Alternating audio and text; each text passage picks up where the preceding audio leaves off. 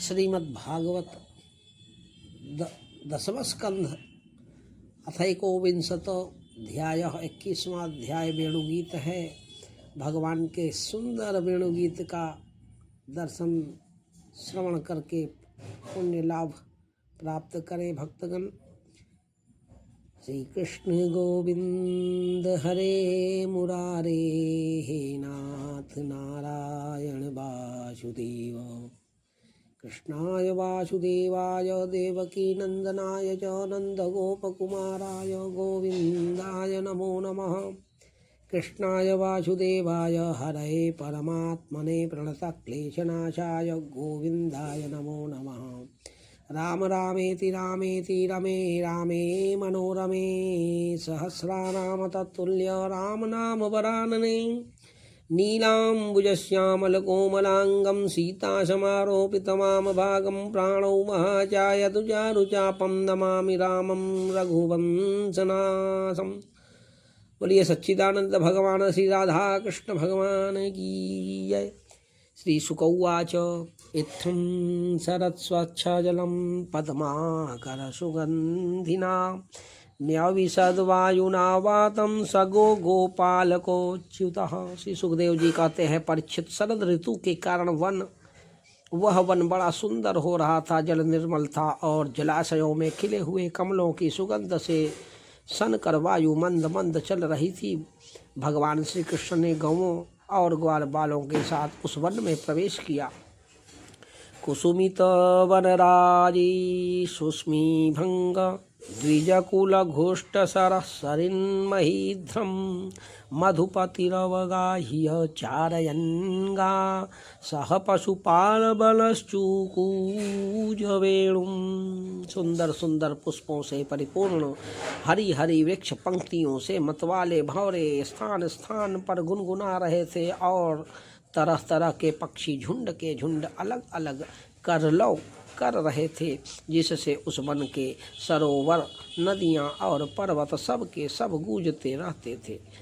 मधुपति श्री कृष्ण बलराम जी और ग्वाल बालों के साथ उसके भीतर घुसकर गौओं को चराते हुए अपनी बांसुरी पर बड़ी मधुर तान छेड़ी।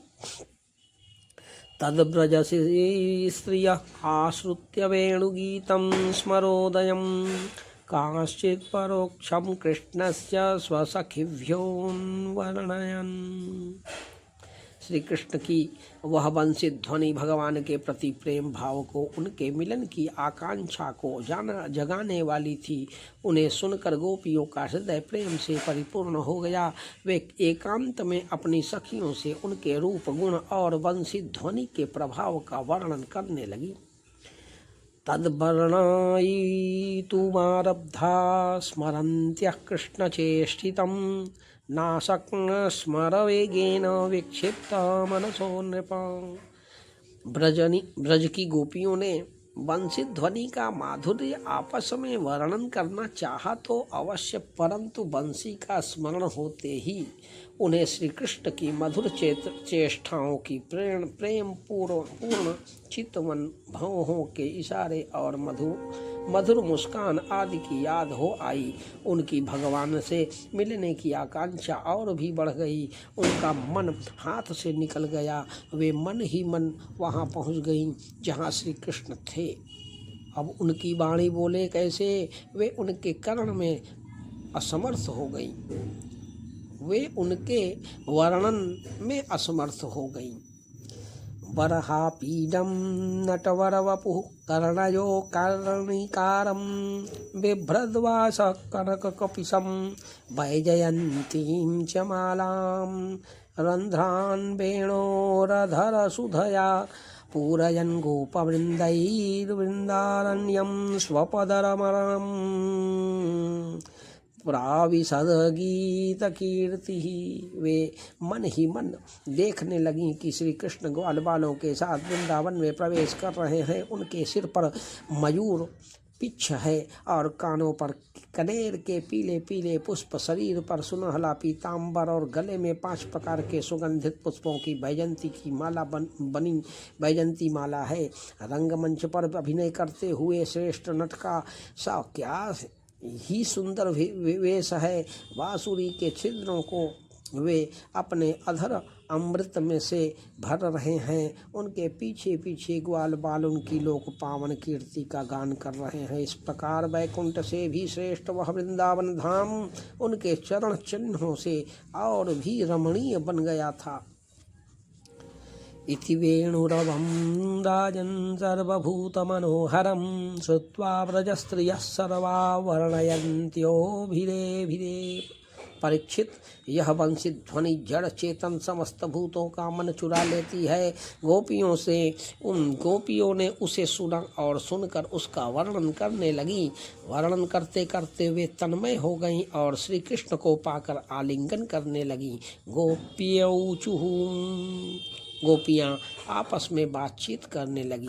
अक्षवर्ताम फलमिदं न परम विदाम सख्यः पशु ननु विशेषयतोर्वयस्यैः वक्तं व्रजेश सुतयोरनुवेणुजुष्टं यैर्वानिपीतमनुरक्तकटाक्षमोक्षम्।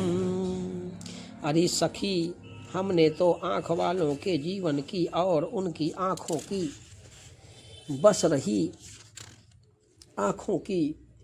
बस रही इतनी ही सफलता समझी है, और तो हमें कुछ मालूम ही नहीं है वह कौन सा लाभ है। वह यही है कि जब श्याम सुंदर श्री कृष्ण और 100 गौर सुंदर बलराम ग्वाल बालों के साथ गायों को हाँक कर वन में जा रहे हों या लौटकर ब्रज में ला रहे हों, उन्होंने अपने अधरों पर मुरली धर रखी हो और प्रेम भरी तिरछी चितवन से हमारी ओर देख रहे हों, उस समय हम उनकी मुख माधुरी का पान करती हैं।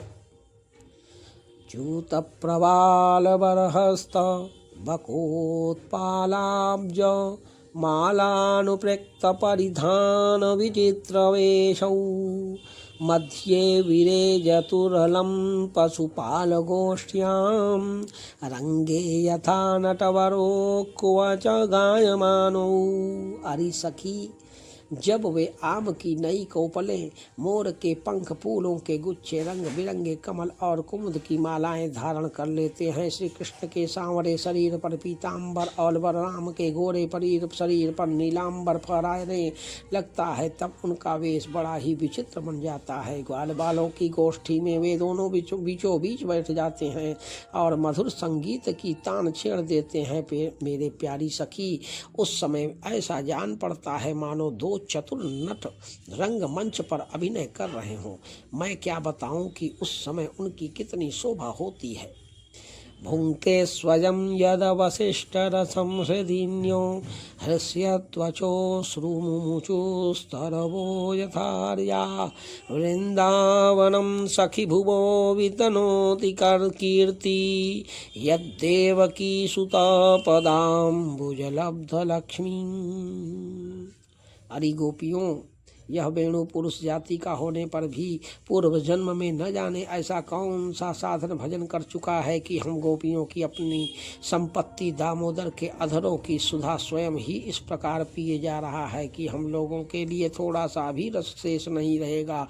इन वेणु को अपने रस से सींचने वाले हृदय नीनियाँ आज कमलों के मिस रोमांचित हो रही हैं और अपने वंश में भगवत प्रेमी संतानों को देखकर श्रेष्ठ पुरुषों के समान वृक्ष भी इसके साथ अपना संबंध जोड़कर आँखों में आनंदाश्रु बहा रहे हैं। अरे सखी, यह तो वृंदावनम सखी भुवो वितनोति कीर्ति यद्देवकी सुतपदाम्बुजलब्धति लक्ष्मी गोविंद वेणुमनुमत्तमयूर नित्यं प्रोक्ष्यादि सान्वपरतान्य समस्त सत्वम। वाह! हरी सखी, यह वृंदावन वैकुंठ लोक तक पृथ्वी की कीर्ति का विस्तार कर रहा है, क्योंकि यशोदानंदन श्री कृष्ण के चरण कमलों के चिन्हों से यह चिन्हित हो रहा है। सखी, जब श्री कृष्ण अपनी मुनि जन मोहिनी मुरली बजाते हैं, तब मोर मतवाले होकर उसकी ताल पर नाचने लगते हैं। यह देखकर पर्वत की चोटियों पर विचरने वाले सभी पशु पक्षी चुपचाप शांत होकर खड़े रह जाते हैं। हरि सखी, जब प्राण वल्लभ श्री कृष्ण विचित्र वेश धारण करके बांसुरी बजाते हैं तब मूढ़ बुद्धि वाले ये हरिणियाँ भी बंसी की तान सुनकर अपने पति कृष्ण सारगों के साथ नंद नंदन के पास चली आती हैं और अपनी प्रेम भरी बड़ी बड़ी आँखों से उन्हें निरखने लगती हैं। निरखती क्या है, अपनी कमल के समान बड़ी बड़ी आंखें श्री कृष्ण के चरणों पर निछावर कर देती है और श्री कृष्ण की प्रेम भरी चितवन के द्वारा किया हुआ अपना सत्कार स्वीकार करती हैं। वास्तव में उनका जीवन धन्य है। हम वृंदावन की गोपी होने पर भी इस प्रकार उन पर अपने को निछावर नहीं कर पाती। हमारे घर वाले कुढ़ने लगते हैं, कितनी विडम्बना है। धन्यास्म मूढमतयोऽपि हरिण्येता यानन्दनन्दनमुपात्तविचित्रवेषम् आकर्ण्य वेणुरणीतं सह कृष्णसारा पूजां दधुर्विरचितां प्रणयावलोकैः। कृष्णं निरीक्ष्य वनितोत्सवरूपशीलं श्रुत्वा च तत्क्वाणीतवेणुविचित्रगीतं देव्यो विमानगतया स्मरन्नसारा भ्रस्यत्प्रसूनकवरा मुमुहुर्विनिव्य गावश्च कृष्णमुखनिर्गतो वेणुगीत पीयूषमुत्तभितकर्णपुटैः पिबन्त्यां सावाश्नुतस्तनपयः कवलास्मतस्थु गोविन्दमात्मनिदृशा शुकला स्पृशन्त्य। हरि सखी, हरिणियों की तो बात ही क्या है। स्वर्ग की दासियां जब युवतियों को आनंदित करने वाले सौंदर्य और शील के खजाने श्री कृष्ण को देखती हैं और बांसुरी पर उनके द्वारा गाया हुआ मधुर संगीत सुनती हैं, तब उनके चित्र विचित्र आलाप सुनकर वे अपने विमान पर ही सुध बुध खो बैठती हैं, मूर्छित हो जाती हैं। यह कैसे मालूम हुआ सखी, सुनो तो। जब उनके हृदय में श्री कृष्ण से मिलने की तीव्र आकांक्षा जग जाती है तब वे अपना धीरज खो बैठती हैं, बेहोश हो जाती हैं। उन्हें इस बात का भी पता नहीं चलता कि उनकी चोटियों में गुथे हुए फूल पृथ्वी पर गिर रहे हैं, यहाँ तक कि उन्हें अपनी साड़ी का भी पता नहीं रहता। वह कमर से खिसक कर जमीन पर गिर जाती है। अरे सखी, तुम देवियों की बात क्या कह रही हो?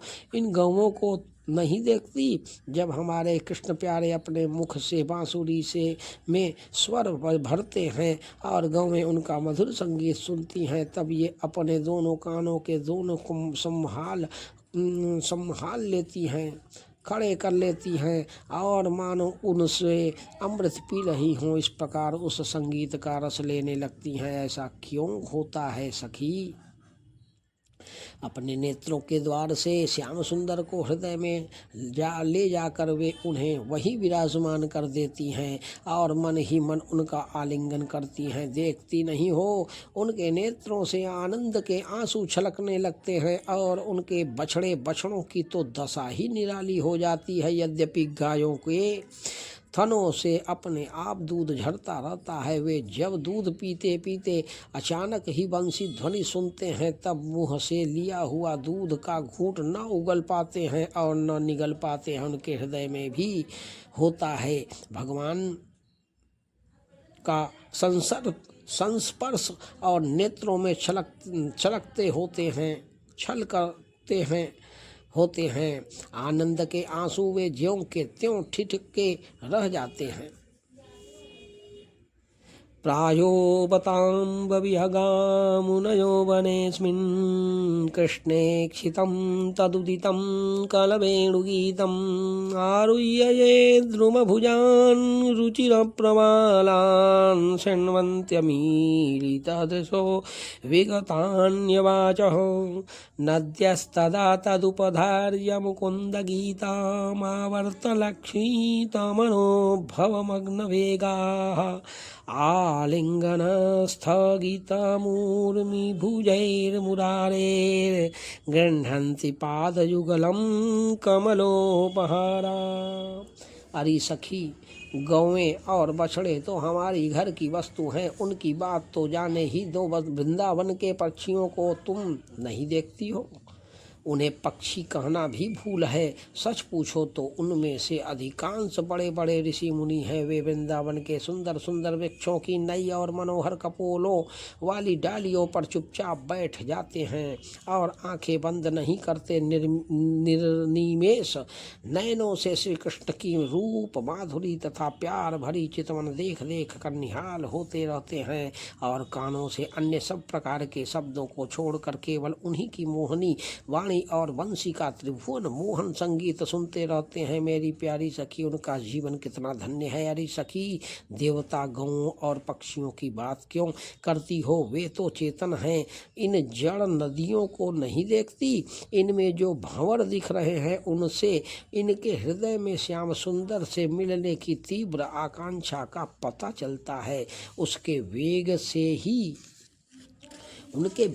ही तो इनका प्रवाह रुक गया है। उन्होंने भी प्रेम स्वरूप श्री कृष्ण की बंसी ध्वनि सुन ली है। देखो देखो, ये अपनी तरंगों के हाथों से उनके चरण पकड़कर कमल के फूलों का उपहार चढ़ा रही हैं और उनका आलिंगन कर रही हैं, मानो उनके चरणों पर अपना हृदय ही न्यौछावर कर रही हैं।